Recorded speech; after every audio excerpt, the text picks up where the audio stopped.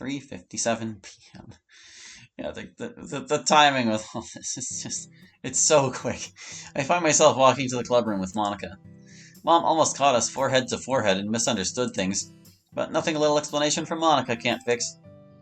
As for my antidepressants, it seems I lost them. Not even Mom knows where they are, but she said she would take care of that. She said she would make it in time to see me recite. I hope that's true. So I guess I can be at ease. At least for now. Now there's a recital I have to attend. By the way, Monica said it would be better not to tell the other girls about my depression for now. And definitely not about my cuts. I imagine that would be too much to process, and that's why she prefers to do it at a more appropriate moment. To which I agree immediately. Are you sure you still want to participate in the recital? I don't want you to feel forced to do it if you really don't want to. Don't worry, Monica. I don't feel forced, not at all. Besides, I'd feel worse doing nothing than trying to do something for the club, you know? I understand, Hallie. But if you change your mind, you can still let me know, okay? Yes, Monica. I'll keep it in mind, thanks. Monica smiles at me, and I do the same.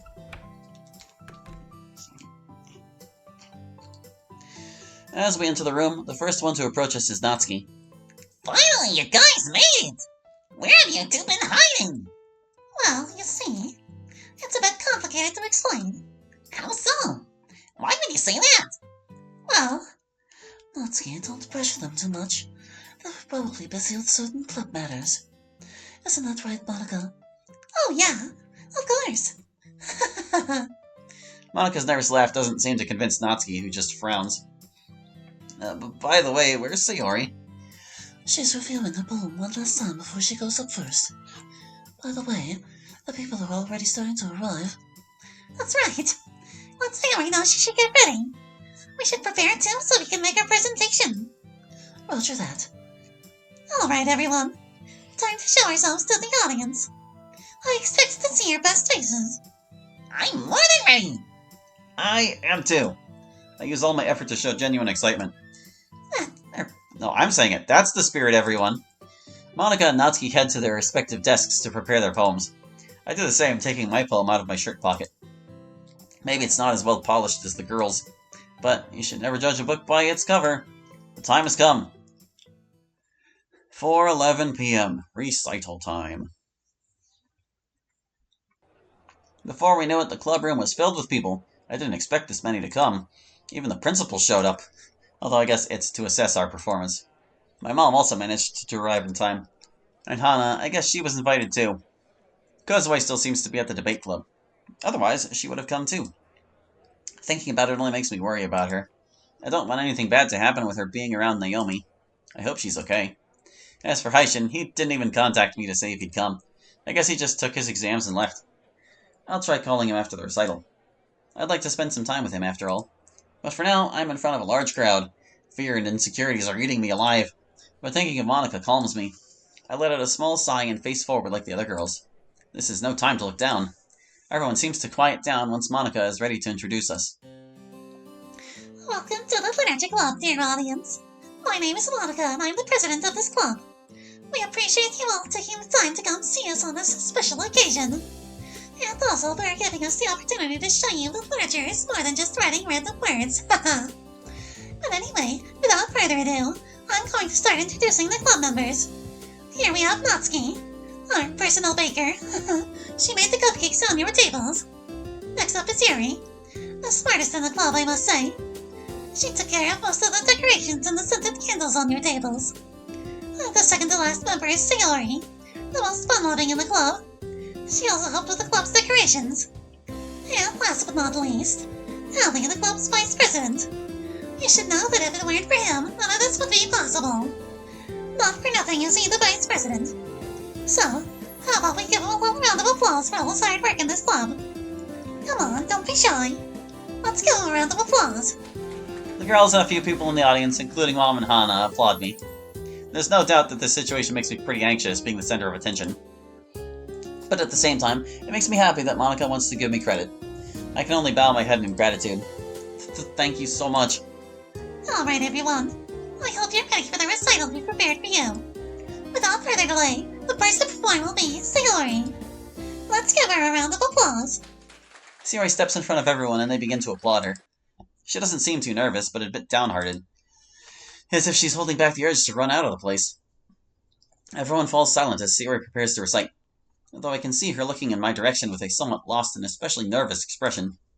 I just smile at her and nod, signaling that she can do it. Finally, she's ready to start reciting. Hi, everyone. As you know, my name is Sayori, and today I'm going to recite my poem called Bottles. Hope you enjoy it. 4:20 p.m. Okay, now look, hold on a second there. Monica and MC wrote all the girls' poems for them for this. How would they have come up with Bottles, a poem that is extremely relevant to Sayori and her personal problems, on their own? Whatever. Sayori finishes reciting and everyone in the room applauds. Monica and I wanted to go for a more bittersweet style for Sayori. The idea didn't bother her, in fact, she loved it, so we decided to keep it that way. Sayori thanks everyone as she steps back to where we are. As she approaches, I notice her expression changes from cheerful to rather downcast, which makes me worry a little. You did great, Sayori. Congratulations.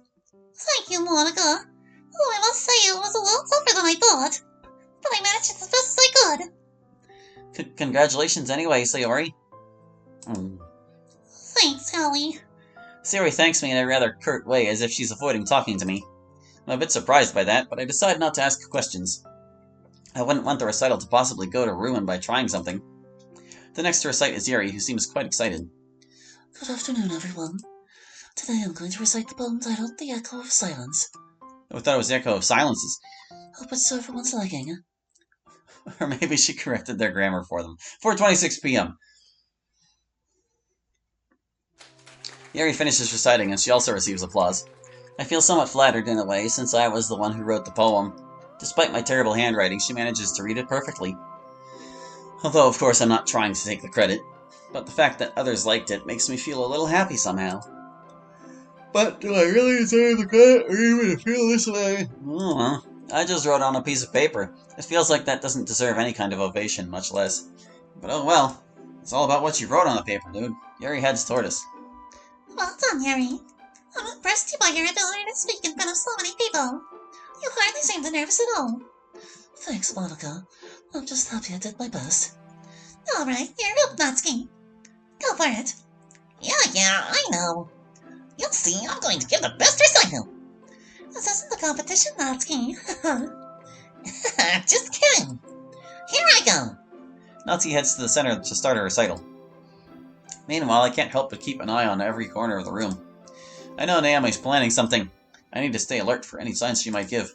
Although, if that's the case, what could I possibly do to try and stop her? Damn, I'm just a preparatory boy. Why do I even bother trying something I know I won't end up doing? It's a waste of energy. I sigh internally. For now, it's better to just focus on the recital the girls are giving. And also mentally prepare myself to recite as well. But I have to say, Sierra's behavior seems strange to me. Every time I look at her or glance in her direction, she just looks away, as if she's avoiding me. Did I do something? Did I do something that upset or bothered her? I really want to know about that, but right now it's not possible. Anyway, better to stay focused on Natsuki's recital. 4:33 p.m. Natsuki finishes reciting, and everyone in the room applauds. I have to say, Natsuki did it much more lively than Yuri, or perhaps livelier. Considering that at first she refused, I'm surprised her attitude towards this recital changed completely. I guess it's her competitive spirit. Very well done, Natsuki. You did better than I expected. Told you I'd give the best recital. Besides, it was easier than I thought. Of course. Well, I guess it's my turn. Wish me luck, guys. You'll do great. You're gonna do amazing, Monica. Just trust yourself. We believe in you, Monica. Don't worry, Monica. I know you'll do well. Monica gives each of us a smile before standing in front of all the spectators. Hello again, everyone. This time I'm going to recite a poem that has a bit of history.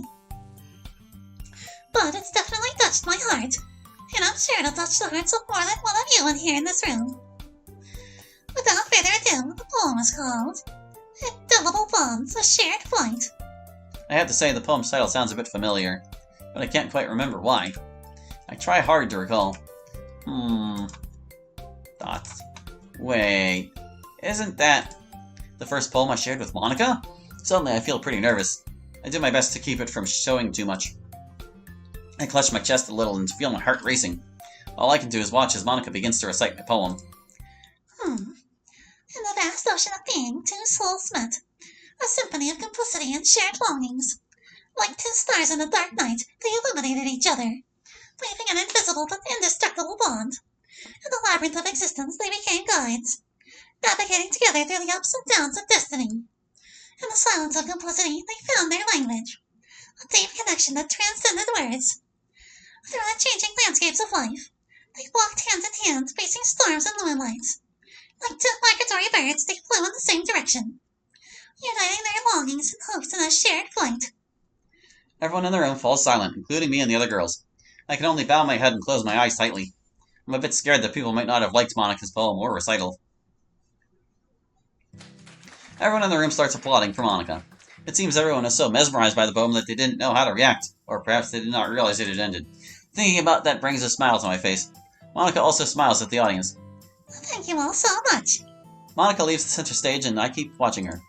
I feel relieved that people liked the poem I wrote that Monica recited. But at the same time, surprised, I didn't expect Monica to choose the poem I gave her to recite. I know her intention was good, but... Monica walks over to us, especially towards me. Though deep down I want to scold her for reciting such a personal poem.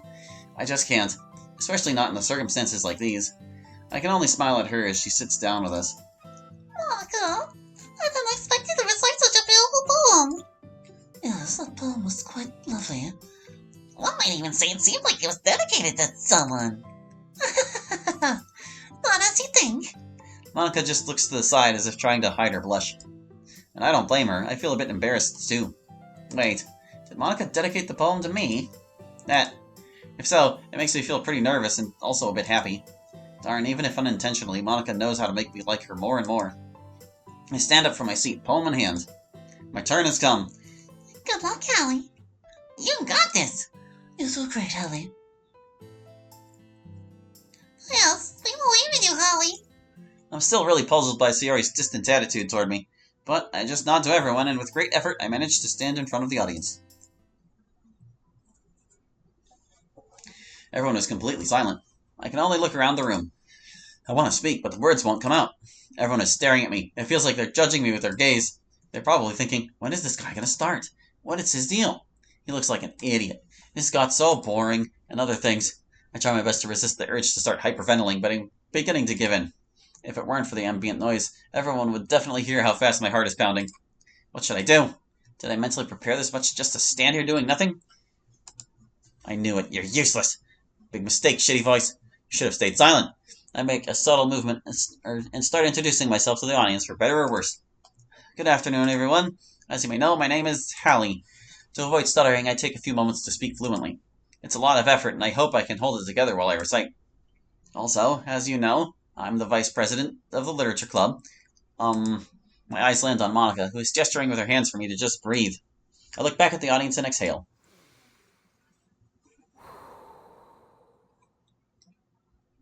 The poem I will recite today is called Rising from the Shadows, which honestly has a pretty special meaning to me. Rising from the shadows. Under the veil of doubt and discouragement, I walk in a sea of shadows without direction, where my steps were lost in the echo of silence, and my desires faded in the mist. But you emerged like the sun through gray clouds, a glimmer of light in my darkened universe, like a river finding its course through the canyons. You were and are my anchor in the midst of the storm. Thank you, O companion of my journey, for being the echo of my own inner melody, for being the whisper of the wind in my deaf ears, and above all, for showing me that darkness is just a prelude to dawn. Under the veil of doubt and discouragement, I walked in a sea of shadows without direction, where my steps were lost in the echo of silence, and my desires faded in the mist. But you emerged like the sun through gray clouds, a glimmer of light in my darkened universe, like a river finding its course through the canyons. You were and are my anchor in the midst of the storm. Thank you, O companion of my journey, for being the echo of my own inner melody, for being the whisper of the wind in my deaf ears, and above all, for showing me that darkness is just a prelude to dawn. Finishing my recitation, the whole room falls silent. I just look around at everyone. Was the poem too short? Didn't they like it? What am I supposed to do? Maybe the poem was kind of boring. As I ponder to myself, everyone in the room starts clapping, but it feels kind of exaggerated to me. They didn't do the same for the other girls. Did they really like my recital that much? I must say, being applauded and cheered for like that, it makes me feel happy. I just bow my head and hide my face with the poem while thanking everyone. Thank you all so much for your attention. I start heading quickly to where the girls are. They seem stunned by what I just recited, especially Monica. Holly, I have to say, you left me speechless. I didn't expect you to recite a poem as beautiful or even more than Monica's. I gotta say, you surprised me, Hallie.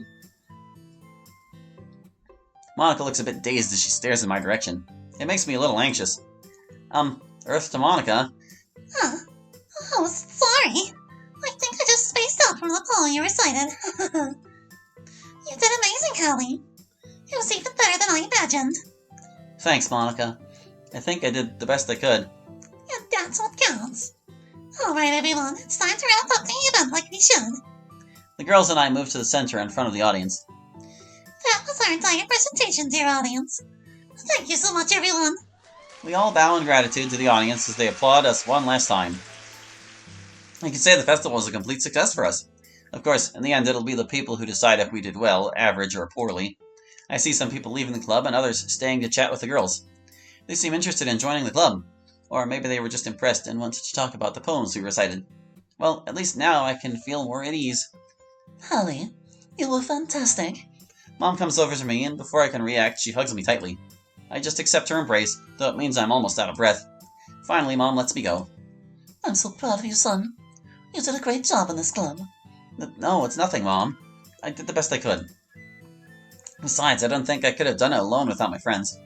They're the ones who deserve the credit, if you ask me. What matters is that you gave a wonderful recital. Honestly, I didn't know you could be such a good poet. That's right. You left me speechless, Allie. Haha, hi, Hannah. I didn't expect to see you here. Your mom just insisted I come to see you recite. And now how could I refuse? This is way more entertaining than spending the whole day at the shop, no doubt. Lies. You were the one who insisted I bring you with me to see my son's recital. Huh? I don't remember it like that at all. While Mom and Hannah are having a friendly argument, is a sentence fragment, I'm just watching as the other girls are chatting with some people interested in the literature club. If everything goes well, we might get 2 or more members after the August break. I feel kind of excited about it, I must say.